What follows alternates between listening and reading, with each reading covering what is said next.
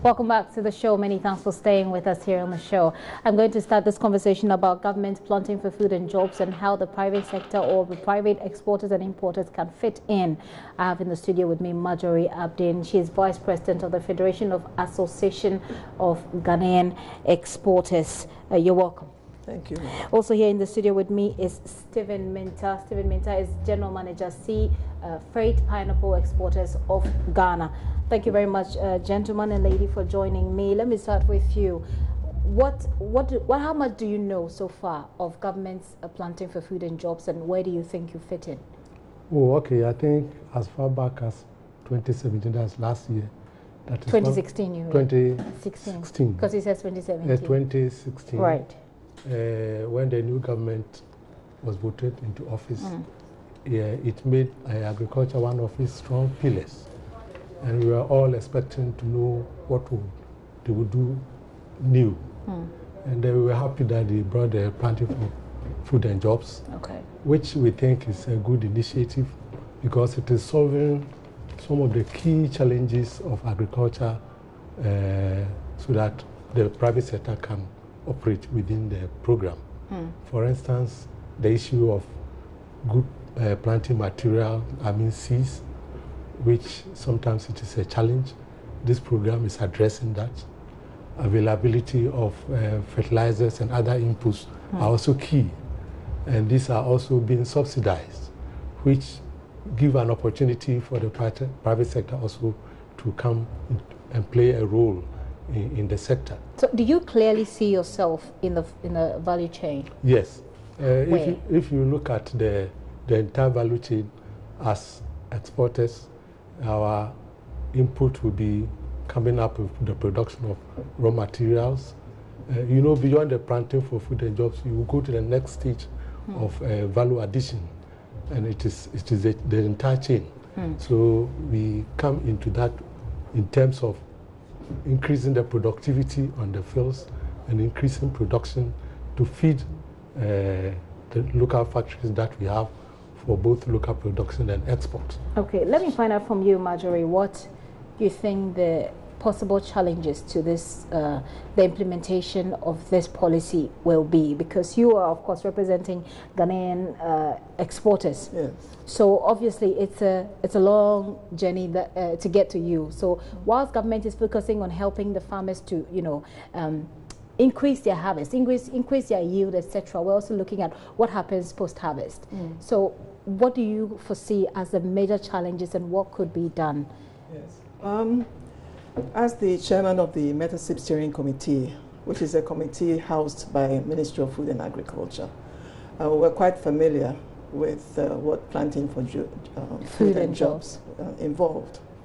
And our concern was that we felt not enough attention had been paid to the markets. Okay. Now, if you're in the private sector, everything starts with the market, because it's the market demand that really determines even the type of seed that will go into the soil and even how the soil will be prepared, because the demand will give you the specifications for the produce. And we felt not enough attention had been paid to that. So the challenge will be to find markets as quickly as possible for what we already have or what we expect in the next 3 years. The other thing, we felt that we didn't see a clear linkage between production and value addition. Okay. We felt that planting for food and jobs being cited in the districts should also have looked for private sector partnership that would add value to what was being produced. Okay. First, it decreases the volumes. If you produce 1 kilo, let's make it bigger, 100 kilos of oranges, and you process it into puree or into juice. Obviously, it shrinks to about 50 kilos or 20 kilos, and then you save on transportation, So we felt that had to be looked at, and we thought that perhaps FAGE could play a role. Okay. So we did visit the office of the One District, One Factory, hoping that we could come to some arrangement, but we are still working on it. How did it go? It went very well. We were received well, but it was obvious. You didn't sound quite as optimistic as perhaps I expected you to. I wouldn't say that. I think we've done quite a good job coming out with that policy and implementing it. Phage, we've had our fingers burnt when we tried to market smooth cayenne and sugarloaf pineapple in Middle East. We're very excited. Our produce was the sweetest that had been offered to the auctioneers in the market, so they all wanted some of Ghana's pineapples. So we air freighted 2 consignments, and much to our horror, there was nothing else to air freight because there was nothing. We went to the farmers. After the first, it wasn't available. The pineapples, and he will tell you that the pineapples are all MD2, because years what does back, MD2 mean? That's a normal pineapple you are eating off the street. If it's not long and if it's not round and orange, then it's MD2. And that's what we're exporting in that. So after you exported the first one, like you're saying, there was nothing to export? Yes, because when MD2 was introduced into the market, it was found that trying to produce MD2 was too expensive for the rural farmer to participate in. So it was just left for the big producers. And obviously, they went into production of other food crops, left pineapple. I see. The other thing is getting suckers for the sugarloaf and smooth cayenne takes about 2 years to develop.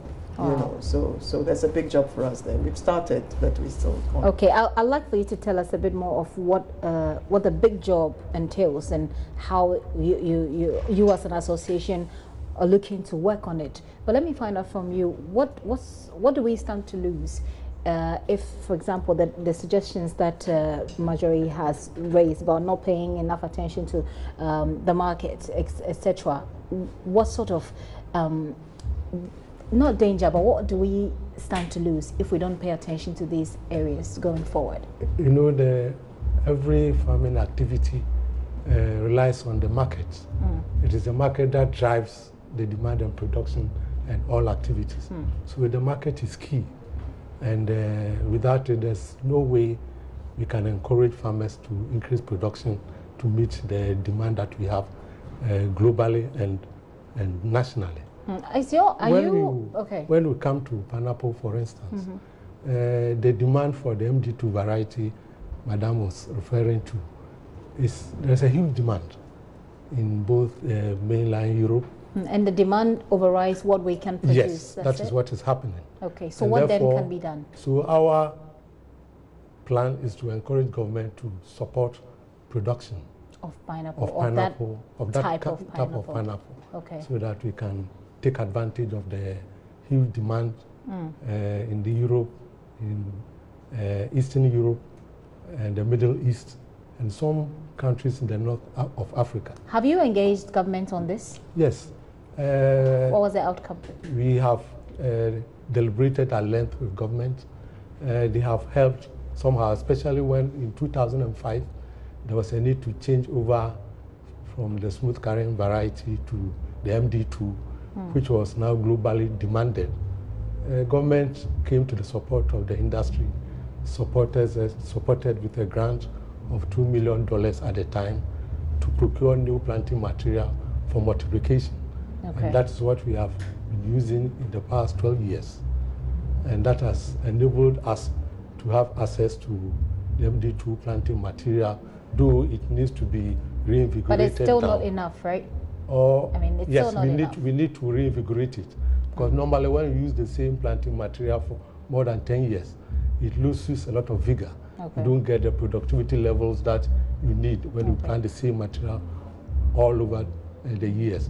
So this is what we plan to do now. But in terms of demand, there's a lot. There's a lot of demand. So a lot of things that we can do to meet that demand, which then will help government to achieve what it's looking to achieve with the planting for food and jobs. Let me come back to you, Marjorie, and tell us what it entails, like the job that you say. So you say there's a lot of work basically to be done. What is entailed in this? And let's make that your final word per se. What's the work that we need to put? Exactly what do you refer to when you say we have a lot of work to do in meeting the demands that we have? Yeah. there's a lot of work when it comes to standards and certification. Okay. As you heard, some vegetables were banned by EU. They recently raised the ban. Okay. Farmers need to be trained, not only in how to nurture the plants, but how to apply the chemicals, when to apply them, in what quantities, in fact, which type. And that's another area we need to look at, the regulations with regards to the inputs. Who is looking at what is being imported? Who is looking at the sellers who go to the farmers with these chemical inputs? Yeah. We don't know whether those inputs are being tested or not. And whether they are safe. So in that regard, what we need to do is to enforce the regulations with qualities and standards locally. So you and I, if we should go to the markets or we go to ShopRite, we're sure that we're getting the best quality that is available in Ghana. I always say that I don't see why people outside should get better quality food than we ourselves. So that's an area we need to look at. The other major area is also value addition. This planting for foods and jobs could be the wedge that goes into industrialization. Ghana is not industrialized enough. As far as the private sector is concerned, we have a long way to go.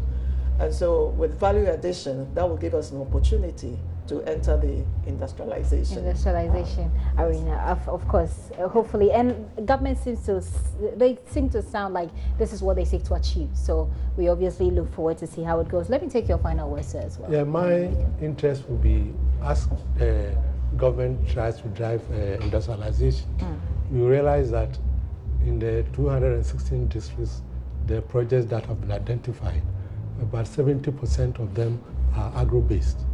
Now the issue is, where are we going to get the raw materials to feed all these factories?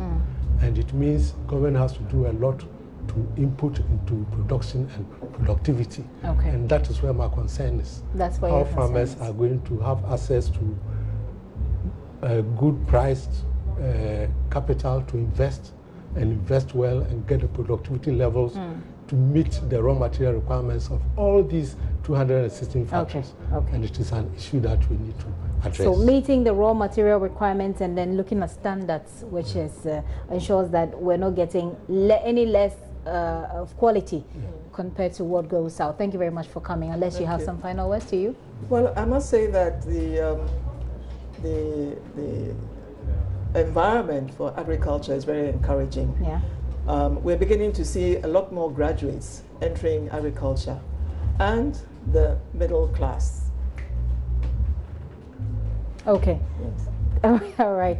I have on the telephone line now George Odro, who's the Deputy Agric Minister. Sir, thank you very much for your time here on The Pulse. I've just been engaging some persons from the Federation of Association of Ghanaian Exporters, as well as Sea Freight Pineapple Exporters of Ghana. We've been looking at the value chain and how you can maximize the profits or the benefits of the planting for food and jobs. They have some concerns about standards and certification, for example, and training of our farmers. Is there any clear-cut plan with the planting for food and jobs program or policy that will help us achieve a better, level of standards, so to speak?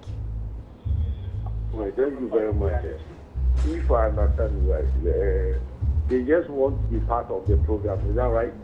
Not that they just want to be a part of the program. Obviously, they are looking forward to being a part of the program. You're already part of the program, aren't you? Because you have some of your members. Right. We're a major part of the exports. That's what I'm saying. The program has been outlined already. So if they want to be part of, they want to join, fine, that's good news. But we need to sit down with them, show them how the program is going to be run. Then they will know, and we will know where they will trick. Okay, actually, they're raising concerns about, for example, the program not having enough attention or giving enough attention to the markets, because the market that decides or sort of dictates what the production should be. So you need to know what's on demand. Marketing is part of the money for food and job. As I speak to you now, we have registered about 580 aggregators who are buying the products from the farm gate and send it to their various warehouses, to the buffer stock. Okay. So marketing now is part of the program. Now those who are in charge, especially at the northern region, are buying the maize and sending them to the various warehouses. Because we have post-harvest losses in Ghana. That is why we are trying to eradicate that problem so that the farmers will have ready market. If every farmer have a ready market. Okay, so that's clearly something that hasn't missed your focus. That's the point. Yes, it's part of it already. Okay. Okay.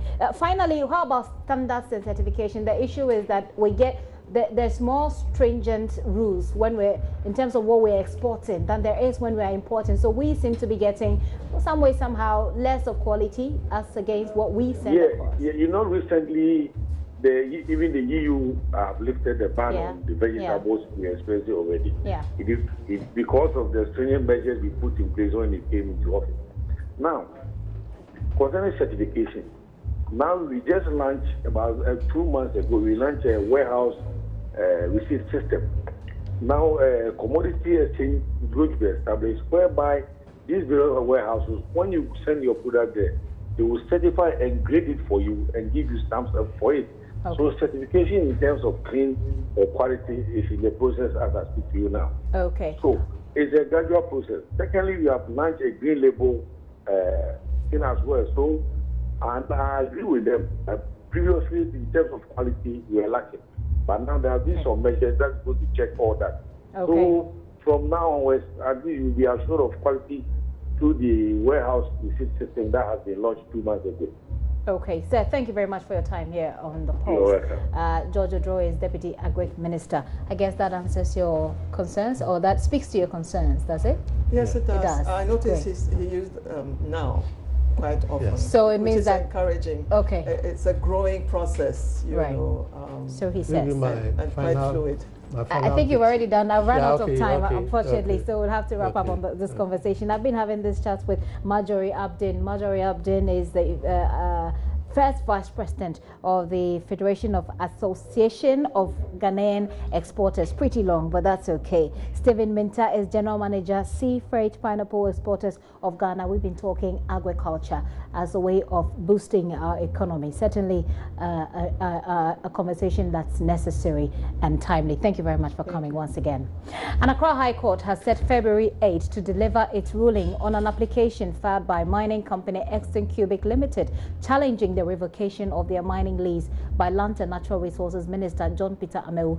The minister revoked the license of the company owned by brother of former President John Mahama, Ibrahim Mahama, describing their operations in the Nyinahini bauxite concession as illegal. Lawyers for the company, led by Osafo Boabeng, today told the court the minister acted unreasonably by revoking the license without allowing the company an opportunity to meet all the requirements. He prayed that the court orders a restoration of the license. Deputy Attorney General Godfred Yeboah-Dame opposed the application, describing it as incompetent in form and substance. As far as lawyers for the mining company are concerned, the minister responsible for lands and natural resources acted unreasonably when he decided to revoke the license granted the company to operate in the Nyinahini area. They presented to the court arguments to the effect that their natural human rights were breached when they were not offered an opportunity to remedy the concerns the ministry had with the lease that was granted them. The other lawyers put forward, led by Osafo Boabeng, made the arguments asking that the court quashes the decision by the minister to revoke the license, and another order directed at the minister to restore the license revoked from the mining company. Deputy Attorney General Godfred Yeboah-Dame opposed the application made by lawyers for the mining company. He insisted that some state officials operating at the office of the Minerals Commission in the first place acted in error when they wrote to the company, allowing the company to operate in the area without authorization from the minister in charge of lands and natural resources. The other argument he advanced was to the effect that indeed the suit was not appropriately before the court because the named respondent in the matter was the Minister for Lands and Natural Resources, and his argument was to the effect that for such a matter to be brought to the court, the Attorney General ought to be the respondent brought before the court. He again further argued that the lease itself was not valid because the laws require that once a lease is granted, it still needed ratification by the parliament of the country. This, he said, in the first place meant that you had no valid contract, for which reason you can't even seek to enforce that in the first place if there is any breach whatsoever. Justice Akabuafo, after hearing arguments from both sides, fixed February 8th to rule on this matter. So what it means is that whether Exton Cubic Limited will stay off the Nyinahini deposits or they'll go ahead to mine, that will be decided on February 8th, 2018. Reporting for JoyNews from the Law Court Complex, my name is Joseph Akable.